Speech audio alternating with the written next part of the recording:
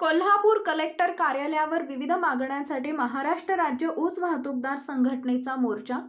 कोल्हापूर जिल्ह्यातील ऊस वाहतूकदारांच्या विविध मागण्यांसाठी महाराष्ट्र राज्य ऊस वाहतूकदार संघटनेकडून मोर्चा काढण्यात आला व निवासी उपजिल्हाधिकारी संजय तेली व प्रादेशिक सहसंचालक साखर कोल्हापूर विभागाचे गोपाळ मावळे यांना निवेदन देण्यात आले। या निवेदनात म्हटले की ऊस तोडणी मजूर भरती गोपीनाथ मुंडे कामगार कल्याण महामंडळामार्फत व्हावी। गोपीनाथराव मुंडे कल्याणकारी महामंडळाचे विलीनीकरण करून त्यामध्ये वाहतूकदारांना 50% अधिकार देऊन सामील करून घेण्यात यावे। ऊस वाहतूकदारांची आज अखेर आर्थिक फसवणूक झालेली आहे, त्यासाठी ऊस वाहतूकधारकांचे आर्थिक नुकसान हे महाराष्ट्र शासन साखर कारखाने व गोपीनाथ मुंडे कामगार कल्याण महामंडळामार्फत मिळावे।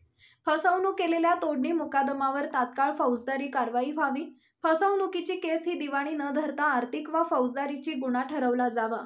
ऊस तोडणी मुकादमावरती केस दाखल होऊन वसुली होईपर्यंत साखर कारखाने बँका व वित्त संस्थांनी ऊस वाहनधारकांची वसुली जप्ती लिलाव प्रकरणी स्थगित करावी।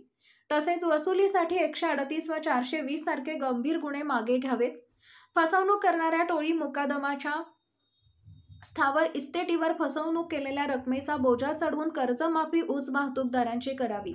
प्रत्येक जिल्ह्यात सदर वाहतूक फसवणूक विरोधात कायदेशीर कारवाई करण्यासाठी स्वतंत्र पोलीस पथक व स्वतंत्र निवाडा समिती करावी।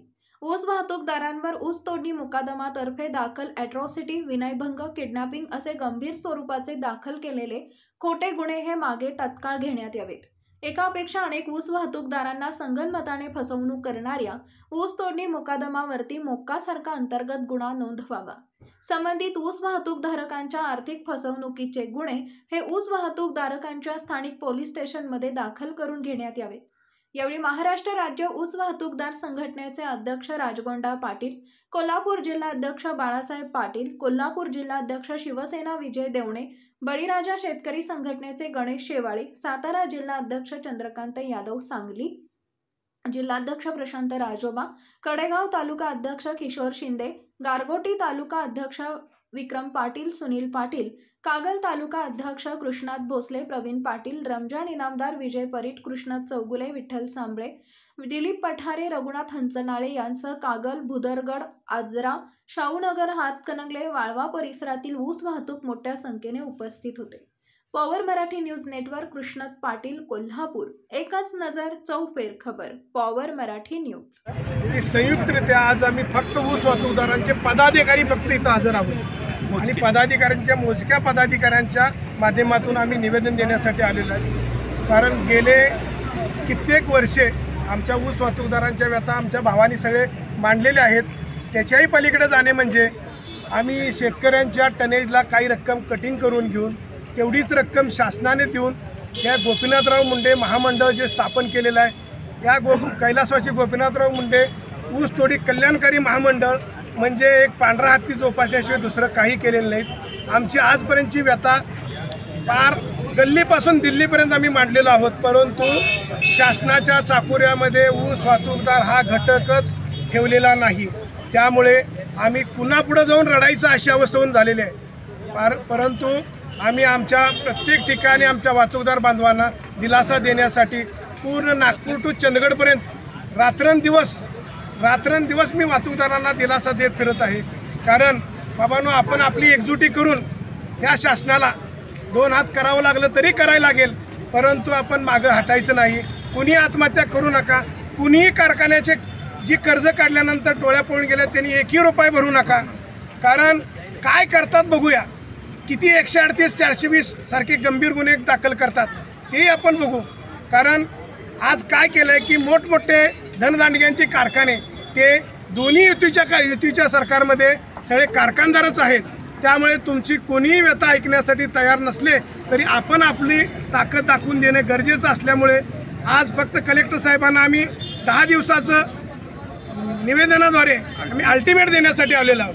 आम्हाला 10 दिवसात जर आमच्या व्यथा जर शासनापर्यंत नाही पोचवला, आम्हाला जर नाही न्याय दिला तर आम्ही याचा फार मोठा उद्रेक होईल। आणि ऊस वाहतूकदार हा शेतकऱ्यांचीच मुलं आहोत, परंतु आजपर्यंत या शासनाने जो एवढा मोठा घाट गाठलेला यामध्ये की कारखानदारात ऊस वाहतूकदार हा सेपरेटच घटक समजतो। परंतु ऊस वाहतूकदार शेतकरी घटक आहेत. आम्ही शेतकऱ्याचीच मुलं आहोत. शासन प्रत्येक वेळी कर्जमाफी केली, अमुक केली, तमुक केली, नुसता जे बोलतं त्यावेळी शेतकऱ्यांची कर्जमाफी व्हायला लागली, परंतु आमच्या ऊस वाहतूकदारांची कर्जमाफी कुठेही नाही.